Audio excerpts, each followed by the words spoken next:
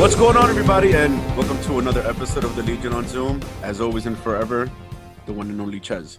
Unless I'm like Mahler, and then I have like another one of me somewhere else, and then he's Ches. So you guys never know who's on the recording.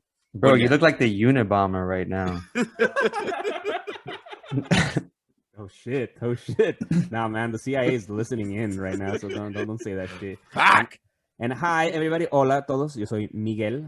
And this is Rod. What's up?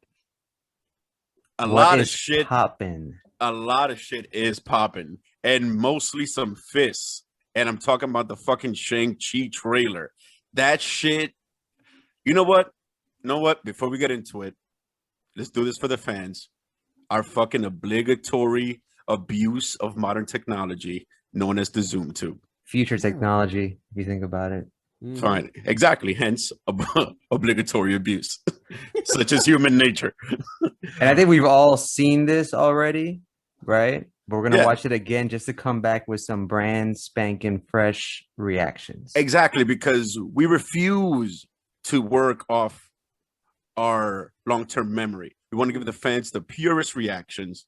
And not to mention, there's some other reasons we probably can't remember that well. But moving forward, let me know when you guys are ready for Activate the Zoom tube. And go!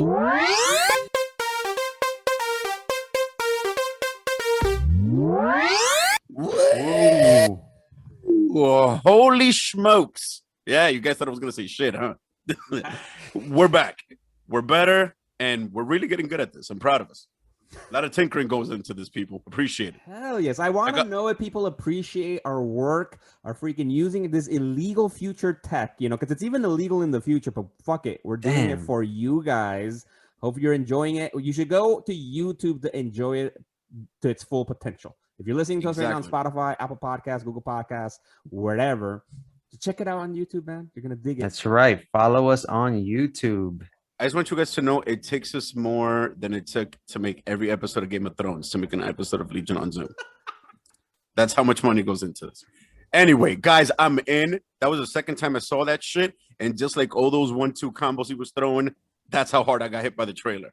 I'm in Shang Chi. And once again, I want to know, is he from Kunlun? I got to do some fucking, I have to do some research on this guy's origin. What city is he training in? Yo, you're right. And we actually, for the fans out there, we had messaged this in our ongoing group chat about we should do a little bit of literature, search in terms of the history of Shang-Chi, because I don't think any of us really know anything. When the trailer came out, obviously, also follow us on Instagram, because you would see the trailer right there. You could see it at marvel.com in YouTube. Fuck that. Watch it from us. We'll share it to you. Show us some love. Word. Exactly. And we were saying, though, and we posted some awesome comic book pictures of Shang-Chi in action. I don't really know anything about it. So I think it's not Kunlun, though. It's not. It's a very separate mythology than the Iron Fist and that kind of world. I do know that, but that's it.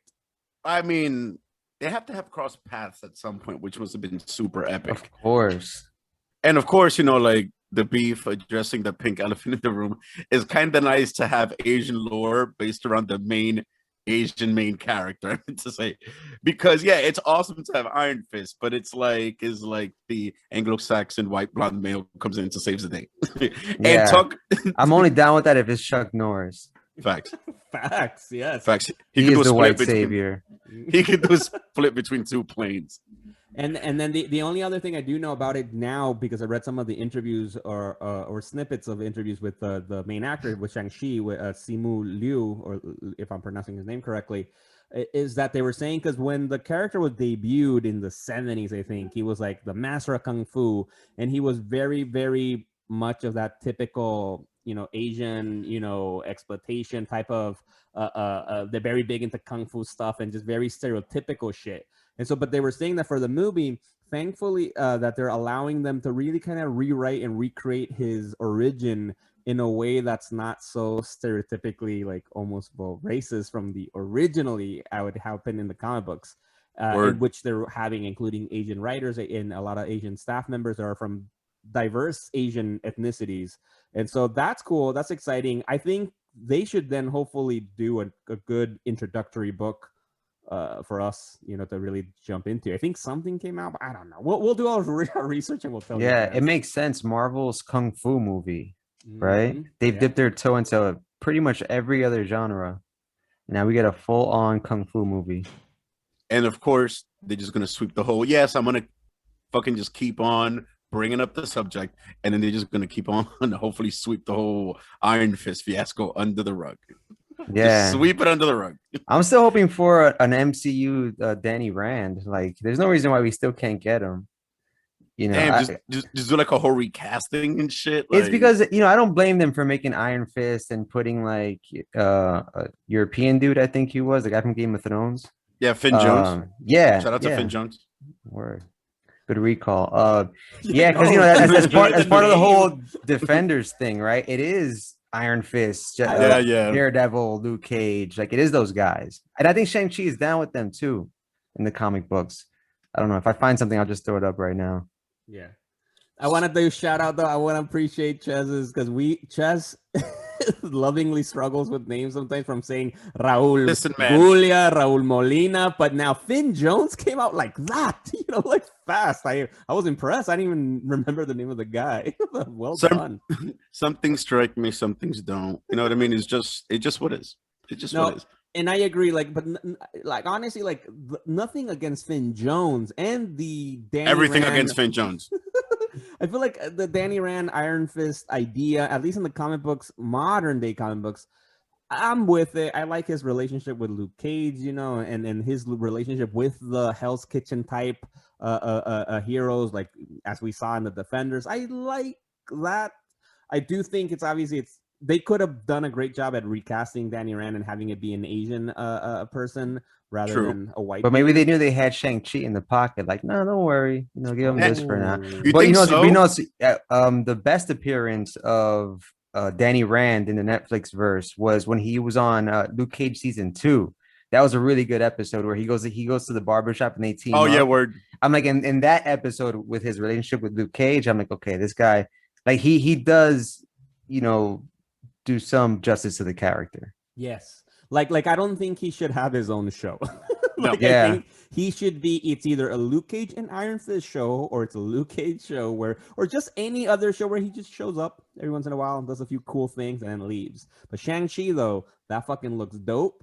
That trailer looked, the action scenes were fucking awesome. Very much. What was that? What we were saying? Like Crouching Tiger. What was it? Like fucking epicness of like battling. Damn. Yeah, Crouching Tiger, Hidden Dragon.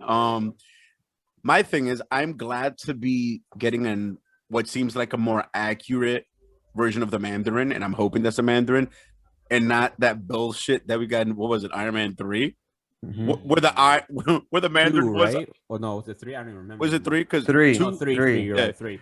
Because here we go again. Wasn't the actual Mandarin a white European man in Iron Man 3? Sir Kingsley. What's his name? No. Remember, he wasn't the real Mandarin. Remember? I know. But it's like the actual Mandarin. Wait, the Mandarin is in Shang-Chi? Like the Yeah. Why do I think of like tangerines and shit? That doesn't sound menacing to me. It sounds nourishing. La Mandarin. mandarina. Because Mandarin is an actual fruit. But the whole thing about the 10 rings, that has to do with the Mandarin.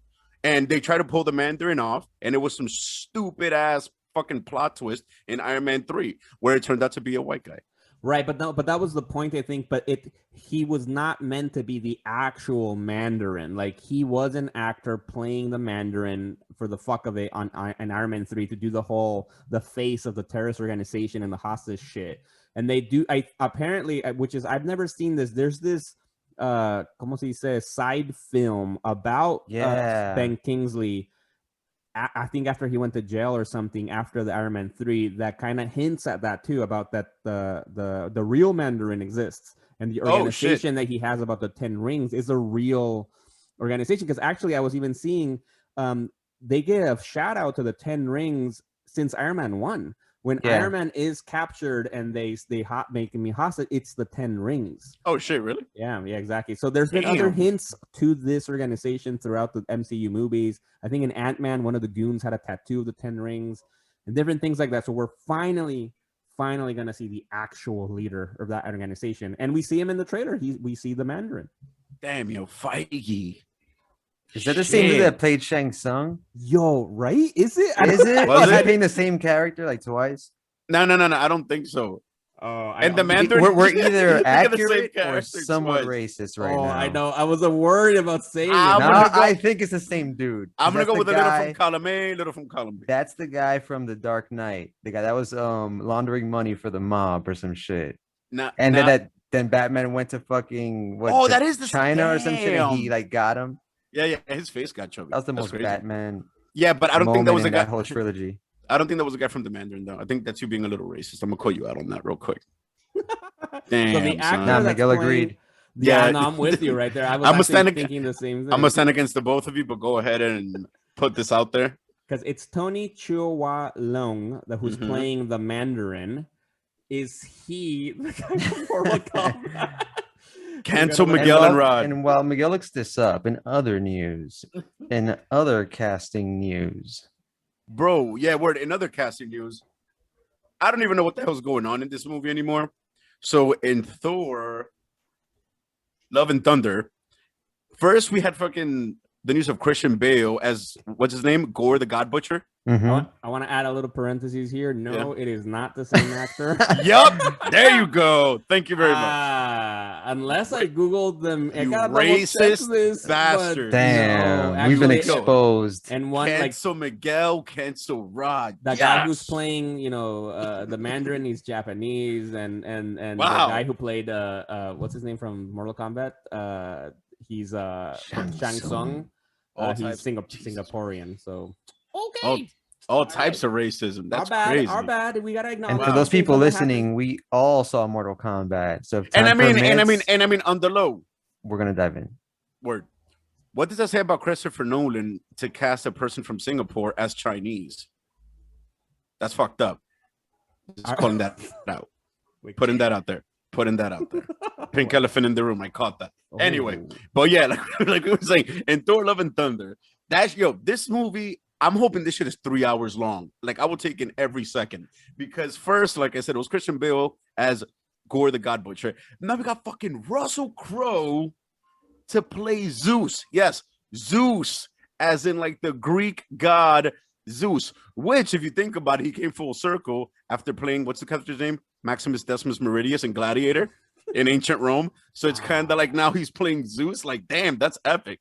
And let's not Like- forget he was Jor-El in Man of Steel. Damn. Yeah, man, he's doing his good comic book epicness run, man. We're looking forward to that. That's gonna be good, and I'm excited because the implications is, are they gonna introduce the gods of Olympus? Which Mhm. the most famous one outside of Zeus and within the Marvel comic books is Hercules, and so that would be fascinating to see if they introduce Hercules in a way in a Thor movie. Because right now, fun fact, right now in the current Guardians of the Galaxy run, who they just battled the gods of Olympus, they went toe to toe with Zeus.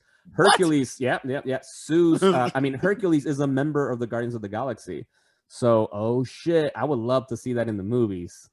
Okay, I'm mad that the Guardians of the Galaxy were able to defeat the gods of Olympus. Because I'm assuming that's how that story ended. If not, the book just wouldn't have kept going. No, But they all died. They're all dead. Yeah, The- like the that doesn't book's make over. any sense to me.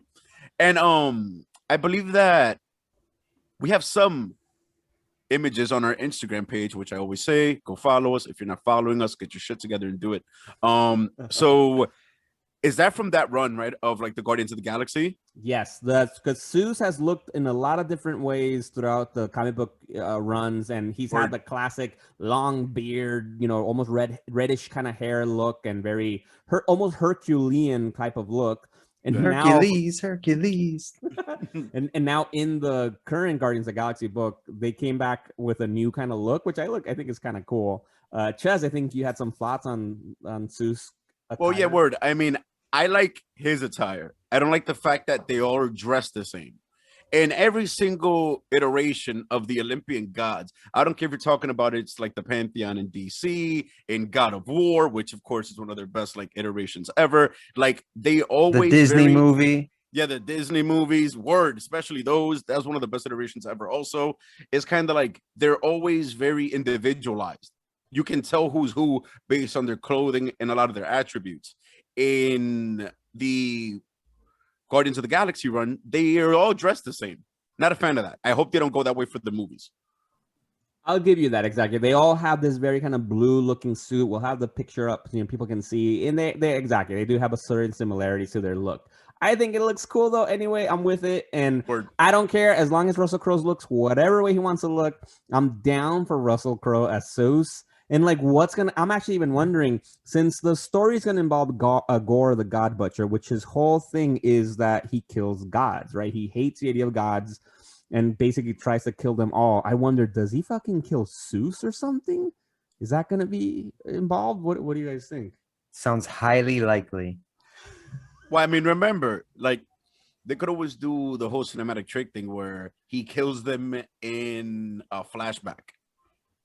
So it's like they could cast all the Olympic gods just show that he did that a long time ago, and now he's after the Asgardians, I guess. Which some do kind of think themselves as gods, others don't, because technically the Asgardians aren't gods.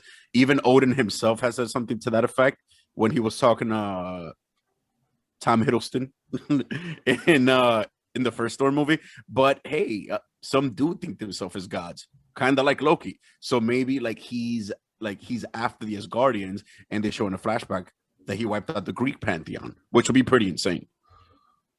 Damn, that would be dope. Regardless of whatever route they go, I'm with it, But so yeah, because so far Marvel's been killing it with fucking casting choices, right? We got fucking Christian Bale as Gore, Russell Crowe as Zeus, and now in the small screen, we're getting now apparently got confirmed that Emilia Clarke, best known as Daenerys Targaryen, right, it is going to be in the Secret Invasion TV show. And other casting rumors involve Olivia Colman, who I do believe my friends here on the LOC didn't know, but I mentioned because she's Queen Elizabeth in the Crown Netflix series, which I love. It's a very good Netflix series. I highly recommend. And so she's a wonderful actress. And so she's apparently cast for Secret Invasion 2. Yeah, I definitely did not know who that was, and I'm definitely not going to watch that show. But surprisingly good. Nah. But the fact that she got cast as, do we know who? No. So there's Skrulls. We don't know. They haven't. There's rumors that Olivia Colman would be one of the main Skrull, like one of the queens or something, or the queen. But Emilia Clarke, the biggest rumor is that she's going to be Abigail Brandt, who I've mentioned her before here, who's the in the comic books, she's the the leader of SWORD, that the space shield, basically, right? Who we recently saw introduced for the first time in WandaVision, right? Facts. And also what the other big thing is that she's also a mutant. She's half mutant, half like alien. So I would love the casting idea. If that's her as Abigail Brandt, I think it fits it to a T. And I think that would be perfectly lined up with the introduction of SWORD and setting up for mutants down the road.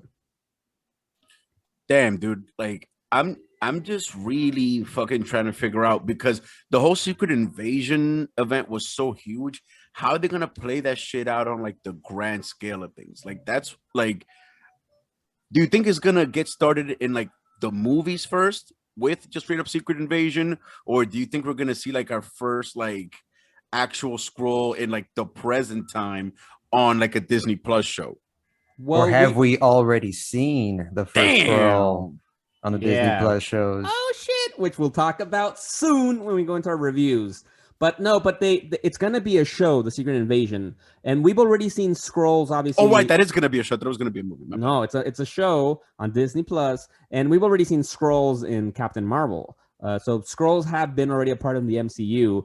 I think for the fans out there who may not know, we highly recommend read Secret Invasion. It's a great event that happened in the comic books a while back. I don't remember when, but the whole idea is that over the many years, without any people knowing, the Skrulls, who are shapeshifters, had replaced key Marvel characters over the time, and then eventually turned to have this, Secret Invasion, right? To then, take over everybody from within. And it was an epic event, big battle, obviously. And so now they're trying to recreate it for the show. But what I think is going to be hard to how they do this is that, because at least in the movies with Captain Marvel, the Skrulls seem to be a good alien race, right? Where the Kree is a traditional Kree hard, type of conqueror type of race, and the Skrulls seem to be pretty good. Whereas in the comic books, they're pretty much bad people. So I'd be interesting to see, is it like a group of Skrulls that decide to do their own thing? I don't know. Because at the end of Captain Marvel, we see Nick Fury working with the Skrulls in this space station. I don't know. What do you think? Well, yeah, I mean, hasn't there always been like factions within factions on that weird shit when it came to like the Kree and the Skrull Wars and shit? So it could be possible that maybe like Nick Fury's working with like the good Skrulls or something, because I highly doubt that like a whole secret invasion is gonna be for like a benevolent reason, unless it's some like super wild turnaround and like they're gonna try to protect us from the Kree, and that might be like the next big bad guy that they're going for. You know what I mean? But then again, it would seem kind of redundant to go with like after the whole thing with Thanos for like another secret invasion. But kind of considering that it would be like a whole separate alien race, you never know. You never know. All we could do is fucking speculate, because at Yeah, some we don't know time, shit. exactly, yeah, because like Only that Samuel Jackson's gonna be in it. yeah, exactly. Because like at some point they've gone by the comic books. At some points they've straight up done whole deviations.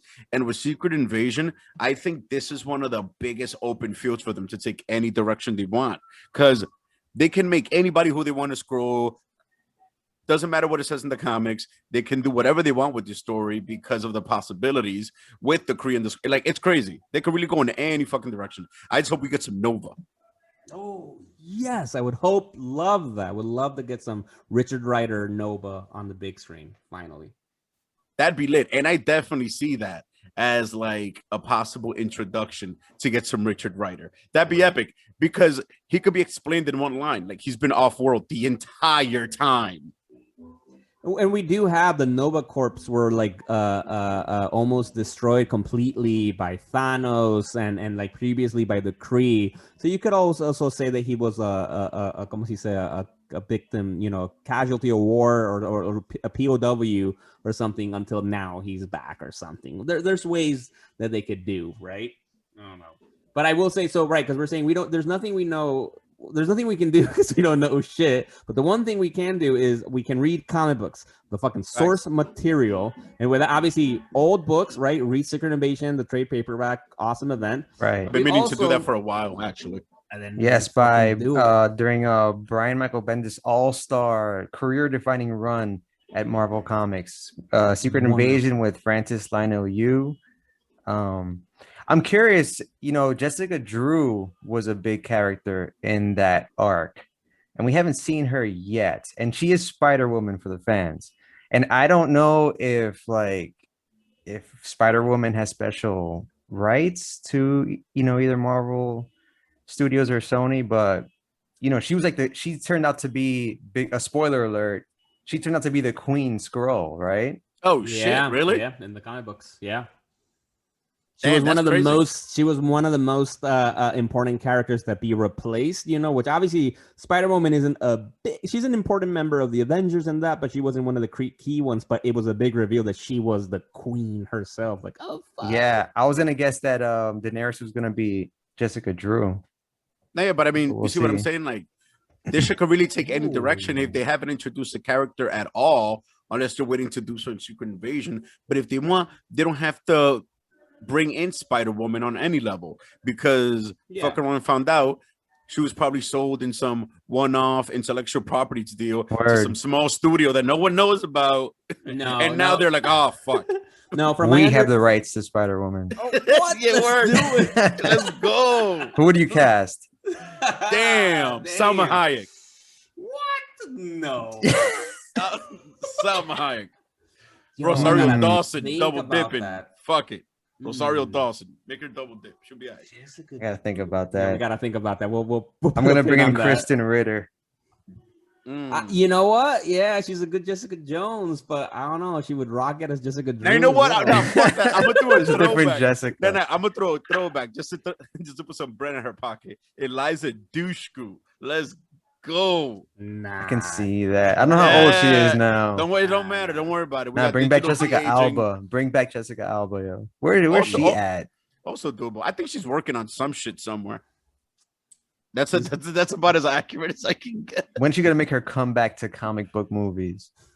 Word. Sue Storm.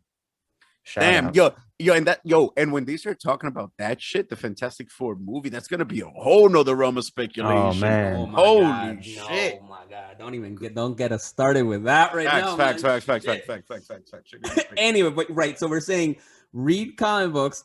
One thing we want to start doing, just to mention to give highlights, that we want you all to read comic books that are coming out now, right? Because these are going to be future fucking movies, you know? The way we're seeing it is going to happen, and nothing better than support the source material, the books that are coming out now. Go support your local comic book shops or Comixology online. Facts. And so we're going to just quickly mention so for people out there, every Wednesday is NCBD, New Comic Book Day. Every Wednesday. That's madness, man. Every Wednesday until recently, DC Comics got worked with a new publishing company that now they release their new books on Tuesday. So technically, every Tuesday and every Wednesday we get new comic books, and that's just from all the big companies: DC, Marvel, Image, IDW, Boom, everything. All of them come out on Wednesday, and then DC does Tuesday. Quick point though. Yeah. Any people who want to just hop into comics, most books are monthly though, just so you know. They're not weekly. There's some weekly books, but that's extremely ambitious considering all the work that goes into this awesome material. Just a quick side note. Okay, go ahead. Yeah, exactly. No, very good point. And then we know some books, even the creator-owned books on Image, they might not even be monthly sometimes. They might be every 2 months or something, depending on the time it takes for the creative team to get out the material. But at least for Marvel and DC and most other companies, every week there's new comic books. But if you're reading X-Men or something, it'll be every month that you'll get a new book. Don't worry, it's not every fucking week. Unless you read any X-Men title, then you could, I think, conceivably read one every week or two. More, yeah, exactly. I think we get almost 2 or 3 new X-Men related books every week. So for people out there, you can consume nothing but X-Men. They're like their own publisher, like someone we know out there. Shout out to Dayspring again. That's all he reads. Exactly. There's a niche right for that. There's a reason there's only podcasts and accounts for only X-Men. Word. It's a world in and of itself, man. Shit. And so we want to mention just some of the books that came out this past week, which, you know, for you listening right now will be 2 weeks before. But it'll I think for April 24th or something. I don't remember what the fuck when it was. Oh, today's the 25th, so never mind. It's the Wednesday before the 25th. We'll get a hang of it. Yeah. So there's a lot of books coming out, and so we're just gonna mention quickly what are the ones that we're buying that we recommend. You know, fucking go out there, buy them. Go to your comic book shop, buy them online. And you know, it's not exclusively only the ones you should buy. Buy whatever fucking floats your boat. But actually building off of But building off of the books, some of the stuff that we were mentioning right now, we mentioned Sword quite a bit. Sword number 5, that's written by Al Ewing, illustrated by Valerio Schitti. Fucking amazing book. And speaking of X-Men books, that's an X-Men book, which is basically X-Men in space. It's so far one of my favorite books right now from the X-Men line. I highly recommend people getting that. And there was a new X-Men book that just started by Cy Spurrier and Bob Quinn called Way of X, which is it's a Nightcrawler-led book. So if you love Nightcrawler and love philosophical, existential type stories, I would recommend that. Because the idea of Way of X is that, you know, with this new era of X-Men, which we talked about in previous episodes, I think LOC Apocalypse from season 1, right? I think something like that might have been. Sounds right. Yeah. Best one for you all to check it out, because the X-Men are now basically, the mutants have a country, their own nation, but now with that, they're starting to build a culture around this new freedom. And with that comes the idea of religion and those kinds of things. So the book is basically centered around that, about how they can become a people and a culture, and Nightcrawler kind of helping and then dealing with his own issues as a Catholic priest himself. But now they're all immortal. Everybody gets resurrected in the X-Men universe. So it's like, what does that mean to all that? And just real quick, just so the fans know, I myself have been looking for like a foot in the door in the X-Men universe. And Miguel, you literally right now just sold me on an X-Men book. I'm gonna read that shit. So yeah, so if the fans want to read some shit that sounds fucking awesome, that shit sounds amazing. I'm gonna read that shit. Good lord. Good, great. Yeah, and exactly. And you don't need to know a lot of what's been going on in the current X-Men books. You can kind of get the gist of it from this one book. And then obviously they have wonderful editor's note telling you go read this, go read that to help you fill in the como he said, the dots. But yes, that's a good book to start. It's Nightcrawler. Come on, who doesn't fucking love Nightcrawler, right? It's one of the coolest X-Men out there. To get his own book, with it. And of course, obligatory shout out to what's his name, Alan Cummings, who played Nightcrawler and with one of the best fight sequences ever in the White House. Yo, that scene was epic. Yo, and the movie started with that scene, right? It's such a great way. Yeah. Damn, that was awesome. All right. And the last book we recommend, which I think this is also highly recommended, I think by both Rod and myself, we got Nightwing number 79, which is the second issue of this new run by Tom Taylor and Bruno Redondo. Fucking amazing book. I am loving it. You guys, everybody who you've been listening to us, you all know Rod is a Nightwing fucking fan, right? I'm obsessed. I'm a stan. Yes, it's a sickness. Yeah. And I'm not a big fan, but this fucking book is making me a fan. Yeah, and not to overhype it, but I've been reading Nightwing's book since the first one, and that's 96 up until now, and obviously I'm fond of the Chuck Dixon, Scott McDaniel run. It's probably one of my favorites. And Devin Grayson had a good run. But this one, I'm finally excited about the character again. It's been a while since he's had like a solid team. And Tom Taylor, I mean, he's like an all-star now at DC. Like I already gushed over his Deceased, and his Injustice book is fucking awesome. Word, no, and he's been, I think he now has an exclusive contract with DC, but he's written some amazing books in X-Men too. I mean, in Marvel, which one was X-Men Red. Loved that book, and then he wrote basically one of the last runs of the Laura Kinney X-23 Wolverine book, and I loved it. And he introduced some new characters that were great. All the stuff that he's been doing in DC is fucking dope as fuck. And this Nightwing run, I'm like, exactly, like I'm buying it now when it comes out monthly, and I'm not necessarily a Nightwing stan at all, right? I'm just like, yeah, and the art is gorgeous by Bruno Redondo. I actually got the cover without text printed as a poster. It's also on the Instagram. Beautiful 36 by 24. Oh, that's from him, that guy you just mentioned? Yeah. Bruno he's Round. The artist. Yep. Bruno Round, yes. Bruno Redondo. Yo, dude, I'm telling you, get that tattooed on your back. Bruno Redondo? No. Oh, yeah. Get him tattooed on my... He'll do the show, I think, if I did that. Yes, all right. Bruno Redondo, you heard it here first on the show. And I also want to know how you prefer your name to be said. How much Redondo do you like? And if possible, can we translate it and call you Bruno Round? Nah, if you're going to translate the whole thing, Bruce Round. Bruce Round. That guy's a postman. But yes, those are the books of the week. There's plenty of other books that come out. Other X-Men books actually we're mentioning. Other DC great books, Batman books are out. But these are the ones that at least we are trying to read as they're coming out. So go out there, support the local your comic book shops and all that good stuff. And also to our fans out there, we just showed some of the fringe benefits of being bilingual. # Bruce Round.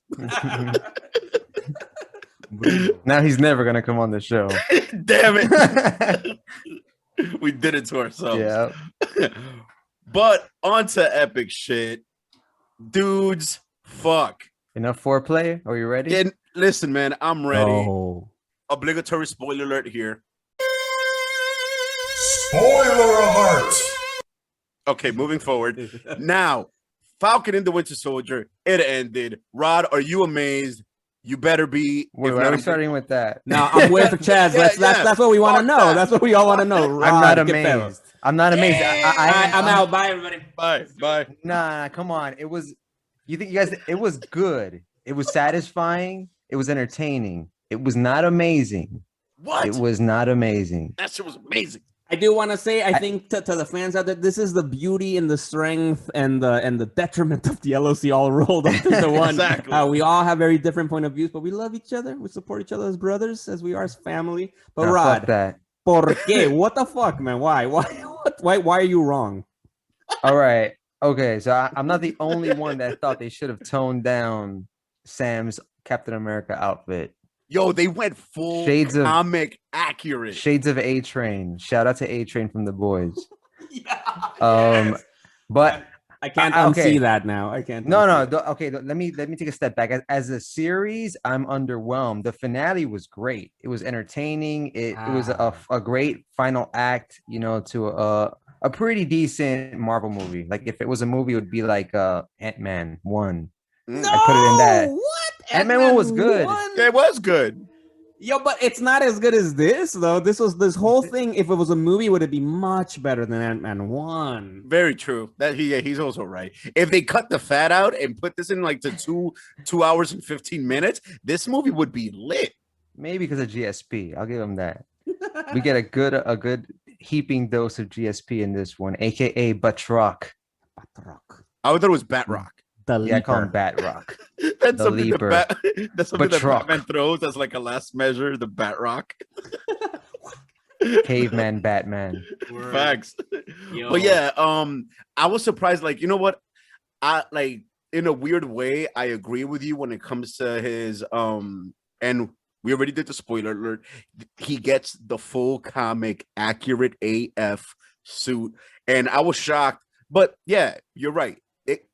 It could have done with a little bit of some understating to make it look a little bit more practical. That's one of the few times I feel that Marvel kind of went too comic accurate, which is the thing. Not everything translates well to the page. But aside from that, I think he looked great. Right. Don't get me wrong. When he's in flight and all majestic with the wings and looking like America in the sky, it looks wonderful. But when he's giving a speech on the ground, it doesn't look as good. And you know, Marvel, they're not all going to be home runs because Captain America's outfit in the first Avengers was horrendous.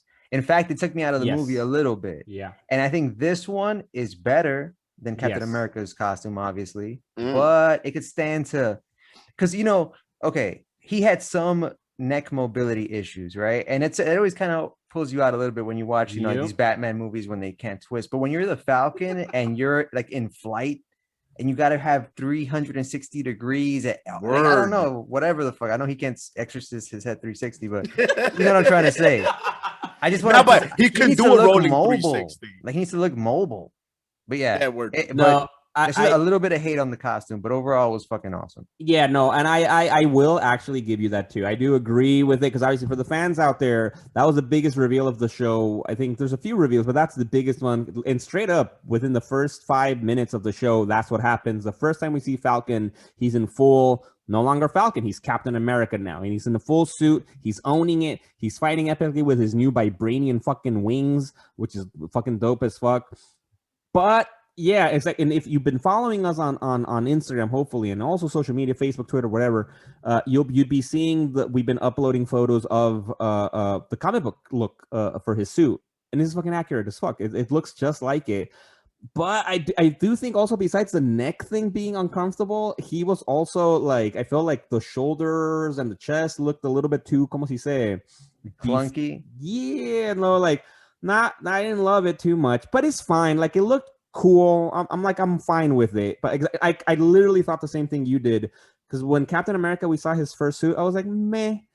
And then it got better, right? So I kind of hope the same thing. I'm like, it's the first suit. Okay, well, I'm not gonna give you. Well, it wasn't Steve's first suit, because that one was pretty cool too in the first Avenger. It was his first Avengers suit. Yes, you're right, exactly. But the first suit was not the first. Well, his first suit was for the commercials he was making for like the army and shit. Oh yeah, that shit was wild. Yeah, that was the legitimate like Captain America comic book fucking costume. Yeah. But anyway, but I will say also though, actually for me, I also never really loved this look in the comic books though. Like I think it's a kind of cool suit depending on the artist. You know, like Daniela Cunha has drawn a lot of great covers, which is some of the art that we've uploaded, and also some of the run that he had with Rick Remender. Oh no, Nick Spencer's Captain America run, and it looked dope. But when somebody else would draw it, hey, I wasn't a big fan of it. And I think I do hope they upgrade it to something else down the road. But regardless, he is my Captain America. I loved him as I loved he owned it and he fought epically with it. Oh yeah, like for example, we all agree straight up unanimously he's our new Captain America. This suit just could have been a tad understated though. It was a lot. It was a lot to take in one shot. Yeah. But I will say this though, when he's in flight, it's wonderful, right? Because now he's like a soldier, but he also has tech. Like he has like these goggles that have infrared. Yeah, he's communicating with people. Like like there's a helicopter scene where he's trying to rescue a helicopter or some shit. He's talking to somebody in there. He has obviously the Redbird thing, right? That's what's called. Red Wing. Red Wing. Respect on its name. Yeah, Red Wing.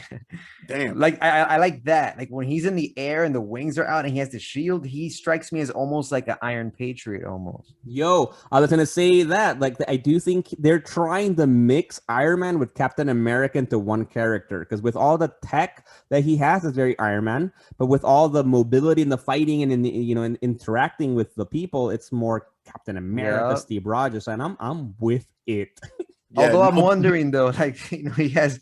All right, I don't want to get ahead in the because we're still talking about the plot, but just know this: at one point, like someone is pointing a gun at him, right? Carly's pointing a gun at him, and he's just standing there, like, okay, the suit is obviously bulletproof, right? Right? It has to. It has to. Because why is he there? Like, don't do this. He has the gun, like because he has faith in America. Duh, like I guess it's because in America. What does that have to do with anything?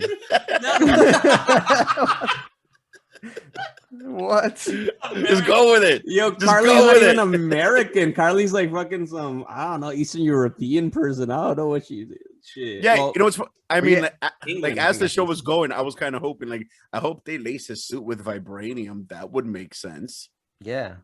Because you know technically the suit is from Wakanda, right? So unless, I don't know if like the Wakandans were like, we'll give you the wings and we'll just get this tailor down the street in the next country to do the rest of the suit, like. Yeah, like, and by the way, trying to fuse Iron Man and Captain America, like, no pressure, Anthony Mackie. No pressure. They had an Iron Patriot suit in Iron Man 3, right? Yep. Don Cheadle wore it for a little bit. Mm-hmm. Oh, Ward, yeah, he did. That was his first time as War Machine, right? Was with that suit, no? No. Because that's the one No, the first time as War Machine was with the War Machine suit in Iron Man 2. Gotcha. And then in Iron Man 3, he wore the Iron Patriot thing as like press stuff they had to do and like escort the president or some stupid shit like that. But yeah, back to the Falcon and the Winter Soldier finale. So, okay, and we also get to see John Walker reappear, and not just that, he gets a redemption arc. Yeah. What do you guys think about that? On the low, I don't know. Like, it's like I felt like they were too easily forgiven. Like, he just walks in, I'm gonna start helping. They're like, okay, like, whoa, like, what the fuck? Like, what was the worst thing he did though? Yeah, exactly. Besides kill that guy. Fair enough. It's like, I don't know. It's like there's something about him that you want to hate, but then it's like, see, for example, you just made me look twice, and I was like, well, clearly there's something wrong with you, as like per the average of the show. I'm a sympathizer of John Walker. John Walker. You're John Walker's sympathizer. In fact, like seeing him in his new costume at the end, but anyway. That was very satisfying. Which we'll get to. That was epic. And I have a quick thought on that, but before we get there. Yeah, so like he showed up, they accepted his help. It's kind of like, all right, they went ham on him to then accept his help so easily in a way. That's like, it felt unbalanced as much as they wanted to take him down. What? No, but they didn't want to take him down. They wanted back the shield. That's what they wanted, and they got the shield back. And then they know that the government then took away all his fucking shit, his benefits, his stature, everything like that, right? So he's been dealt with, right? He's no longer a threat to them unless he goes ballistic and tries to kill them. And obviously I believe in the moment with this is this awesome scene with freaking Bucky, Winter Soldier, battling the remaining Flag Smashers to rescue the GC, the Global Repatriation Committee thing. GRC. Saving them because they've been held hostage and they're about to be killed.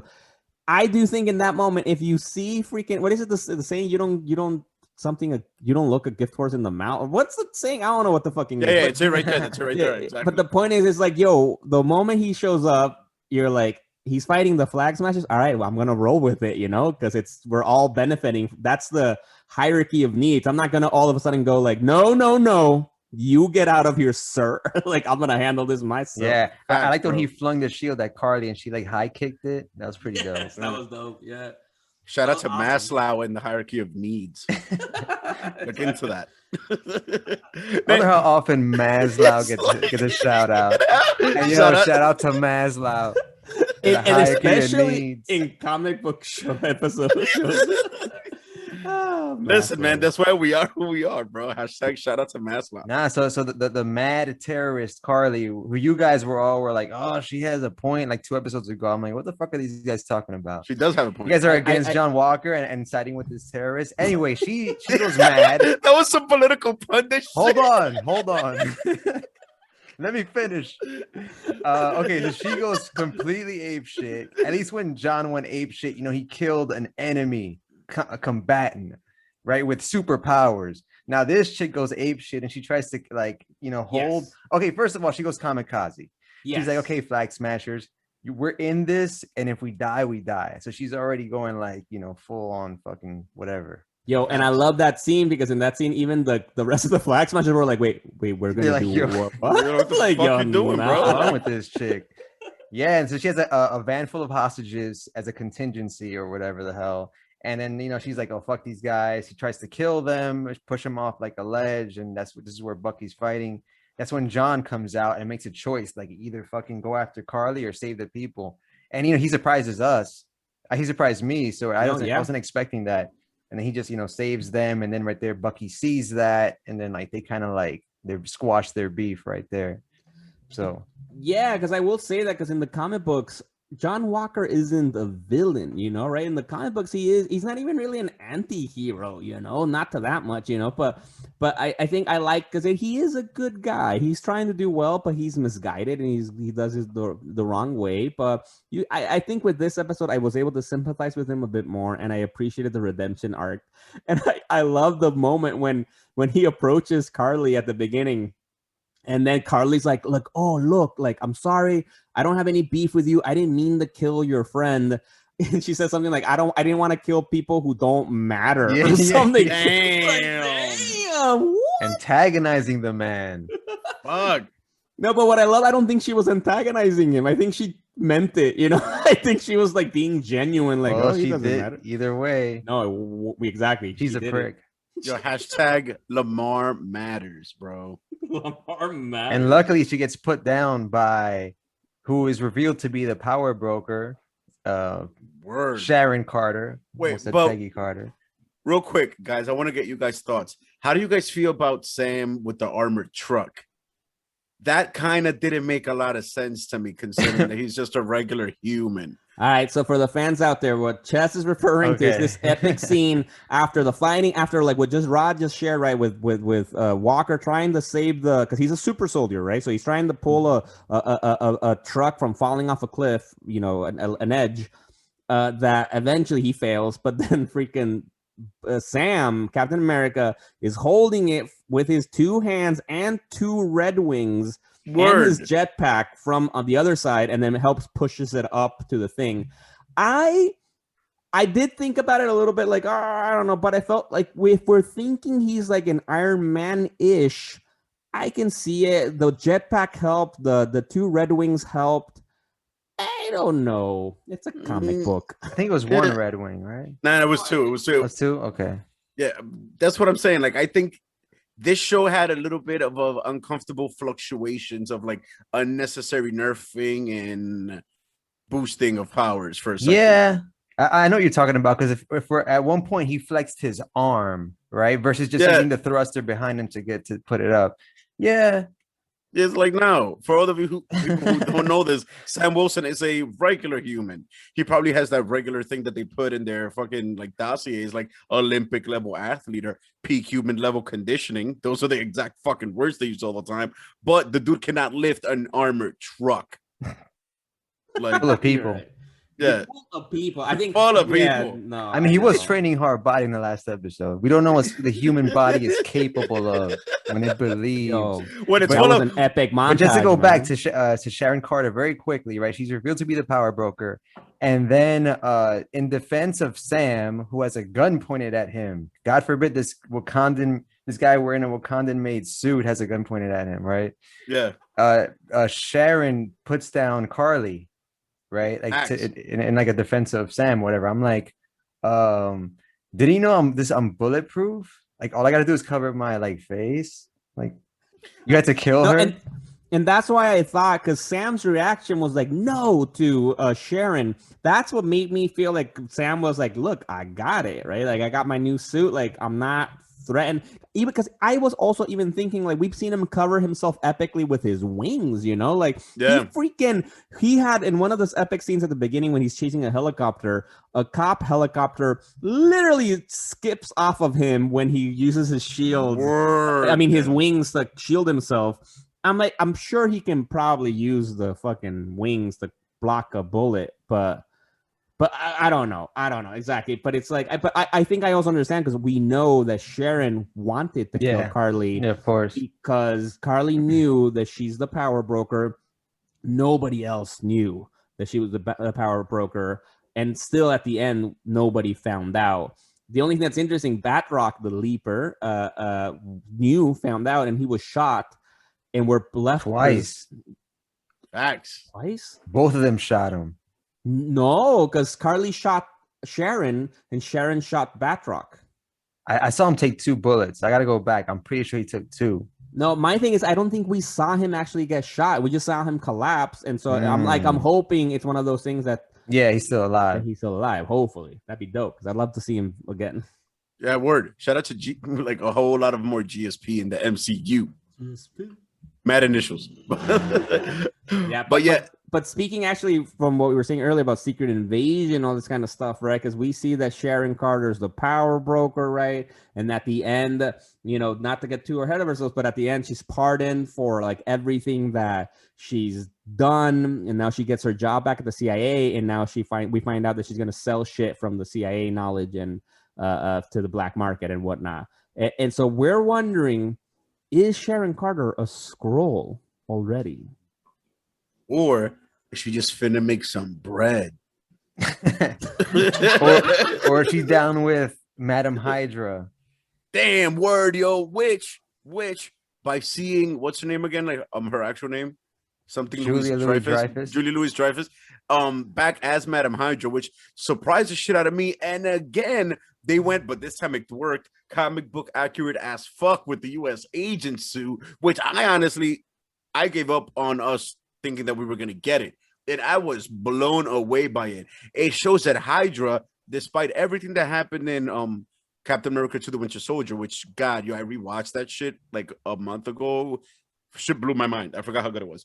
Okay. Hydra's still there because she's Madam Hydra, and his fucking changing room for the U.S. agent suit was the courtroom where he was kicked out of. That shit was, I think it was like a subtle hint at how much power she has. She was like, hey, try this suit on in the courtroom where we kicked you out in real quick. Well, no one's there. Like, Hydra is very much embedded into the U.S. government still, and that's fucking huge, dude. But, gentlemen, the question stands. WandaVision or the Falcon and the Winter Soldier? Falcon and the Winter Soldier. Yeah, I'd give it. It's hard. They're both very different type of shows, but I think Falcon, because it was more comic book typical, action packed, and I love that. I'm gonna go with WandaVision as a fuck you to both of you guys. Wow. As a big old fuck you.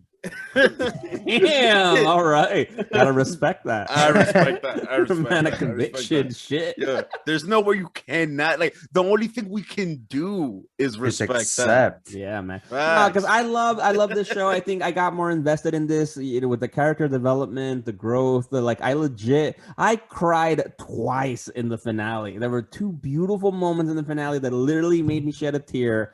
It was a great, especially because then after all this fucking happens, right? Sam goes back to speak to word. Isaiah Bradley. I cried there too. Side note. All right, go ahead. I fucking cried. Go ahead. That moment speaking with Isaiah Bradley, like, and they have this wonderful moment of like him agreeing, accepting that, all right, he's gonna be Captain America. Like, even a moment when he's like, he's no longer a Falcon, but he's still black, right? Like, and still addressing those issues that's not gonna be quickly resolved. But at the end, he finds some kind of piece that they add the Isaiah Bradley monument or like exhibition to the whole Captain America Super Soldier exhibitions in DC. And I'm like, I don't know. That was wonderful. I fucking hit me, man. Just, lovely. Yo, dude, like straight up, the tear ducts got opened and there was liquid that came out of my face. Like he showed him that monument. Like, yo, I couldn't say, like, it happened naturally. Like, the knot in my throat came out and I was like, yo, fucking, the dude who played Isaiah Bradley should get an Oscar. I don't give a fuck. Yeah. Yo, Rod doesn't even remember that scene. Rod, fuck you. I see your face. I did like that. You're dead inside. That Sam Wilson finally made Elijah Bradley crack a smile. Isaiah Bradley. Rod doesn't while he's giving his speech. Yo, and then also I don't support America.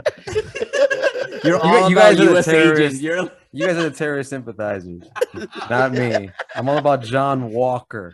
Did you not even hear Sam's speech about don't label her a terrorist, right? He's like, why is she doing what she's doing? That was a wonderful speech. Great speech. Great. Now there's the Oscar for you right there. Because delivering that speech in that costume. and you know what's funny? He also like, you know, broke the fourth wall, or what is it when he interacts with you? The fourth wall. Because like he was saying, okay, we've seen Sam Wilson wear the Captain America costume in the comics, and it didn't really it wasn't mind blowing to me. I mean, I kind of maybe expected it, but seeing it in real life, seeing a black man wearing the Captain America suit in real life, it hit me like, this is what Isaiah Bradley was talking about. Like, this is where he was getting at, because it's so contentious. Like, it almost looks like it clashes and things like that. So that was cool. And then while he's wearing this costume and he's talking about, you know, these issues, you know, he's fucking delivering. Word, yo, because he even calls it as he's giving the speech. Like, even now, I feel there's people that don't want me to have this suit on. Like, yo, there's people so ignorant that they don't even think, fuck the fact that he saved lives. Fuck the fact that, like, he's a genuine hero.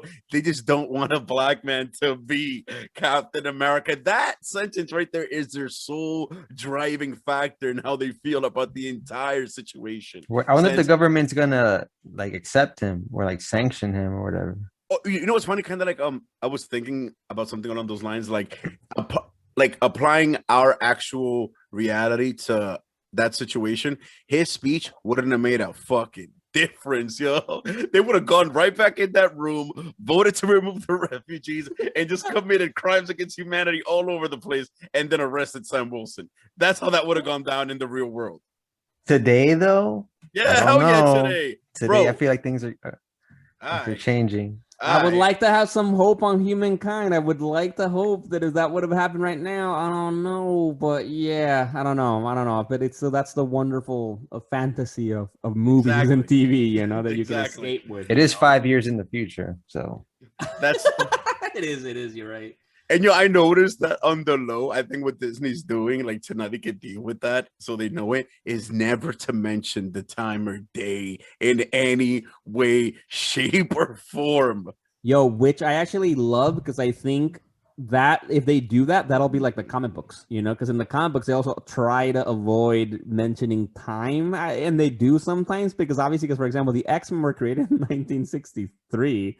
Yeah, but apparently by comic book time, they're in their mid to late 20s right now. So it's like what? So they were created in the 80s, or they were born in the 60s? Like, who knows? You know? So it's like, let's not think about it. Don't worry about it. Don't worry about it. It's pre-blip and post-blip. BP. That's it. but yeah, dude, I was fucking. Luckily, Captain America will always be saved from that. Like, he will always be from World War II, right? Yes, luckily. Whereas, like, you know, Frank Castle, his origins were in, like, Vietnam, and it gets harder and harder to make his origin Vietnam as comics in current comics, that'll make him like fucking 70 right now or some shit. Yeah. Oh yeah, word. You're right. Right. Didn't they make him be from Afghanistan? And Yeah, Iraq, that's what I'm though? saying. Like I don't think that'll be that hard with the American U.S. history with fucking military conflicts and like. No, but I mean, all- Captain like- America will always be World War yes. II. Yes. No, yeah, but I think it's more transferable as like Frank Castle takes like on like he's just the allegory of a broken soldier. You know what I mean? As for Captain America, he's like a spirit of the past. So it's like with Castle, you could put him. He's from any war as long as it works for the current time. And it's post World War II, especially right. The emergence of the U.S. as a superpower. Exactly. You get quote unquote needless wars. We need to have a separate podcast where we break down the political fucking ramifications of war and comic books. Yo, I'm down for this. Like some straight up poli-sci, but just within the world of comics. Oh, imagine so much time wasted on nothing. Jesus Christ.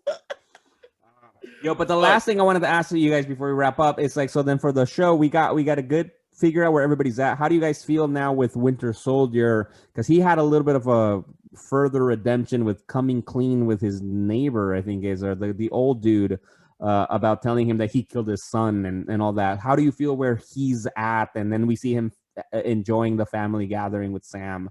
What do you got? What are your thoughts on that? I think, honestly, I'm happy he did the work. He killed a lot of people, dude, and he had to do his penance, and he did it. And that's it. Now he's in a better place, and now we get to see, in a way, Bucky unleashed. I mean, we saw Bucky unleashed, like in Captain America 2, when he was completely disconnected from humanity. But now it's like, instead of him just taking orders, we see him fighting for shit as opposed to just fighting shit. Ooh, Wait, you think he's like resolved? I don't think so. I think he is. Doesn't his little booklet, isn't it like full? Like that old man was just one person. No, but apparently he was all crossed off. Yeah, when he gave the book at the end to the therapist and had like scratched out all the everything. Yeah, apparently. I didn't even see that. Also, though, as the psychologist of the group, I did find that funny because I felt like that's not how it works, bro. Like I feel like you still have PTSD, man. You still have years worth of fucking trauma to deal with as the winter. Like I can't even begin to think about how do you treat a Winter Soldier. And it's like, and he's just like, I'm good, doc, I'm out. It's like, no, you're not, bro. No, you're not. But he's better than he was for sure. Better than he was when we saw him on Winter Soldier, and better than when he started the series. But I'm happy with him. I really want to see more of him though. Yeah, he's good, man. He's gonna bang Sam's sister. He's gonna be okay.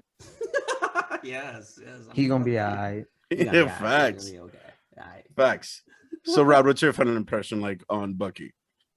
I mean, I didn't think that like he reached any like conclusion or anything like that, because he looks into the bar and he sees the girl that he had like a semi date with, and he disappears. I feel like he's still like trying to make amends with his life and shit like that, and he's just like a man, like a nomad or some shit like that. Oh, Bucky the Nomad. Damn. Walker, Texas Ranger. Yo, would you guys be down to see a Winter Soldier solo show? Not as a sidekick. No, nope. Damn, shut it down. Hard pass. I'll watch it, but I'll be like, damn, why y'all did this?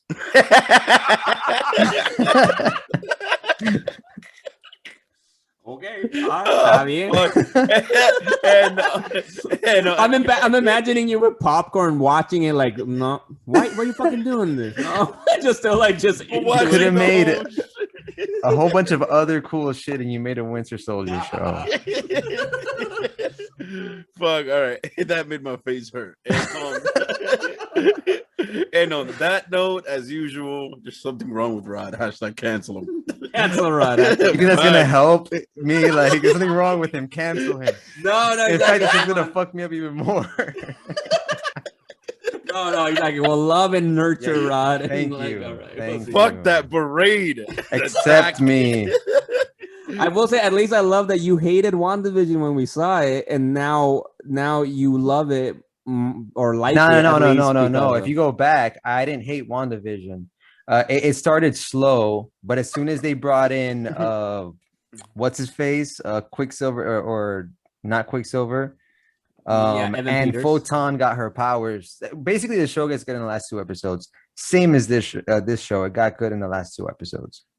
And well, fuck it. Up next, we got Loki. Let's see what grabs Rod. Now I'm all about this going forward for the rest of the. This Yeah. I want to be grabbed. Pause. Yes. Yes. All right. What is grabbing me though is Invincible, but we'll save that for the next Oh episode. Lord, yes. Next week we'll do it. Deuces. Why did you? What are you doing? Oh, Chez is muted. Oh, Chez, you're muted, Okay. bro. I'm saving. I'm putting this all in the episode, by the way. This is all. Oh my God, Chez, you got muted. That's great. And Fuck this it. is If you're all Rod. right. All right. So, all right. On that note, this is Chaz. I'm unmuted now. I love you guys. Pleasure, honor, usual shit. We're the Legion. All right, peace out, Miguel. Bye. Deuces. Bye.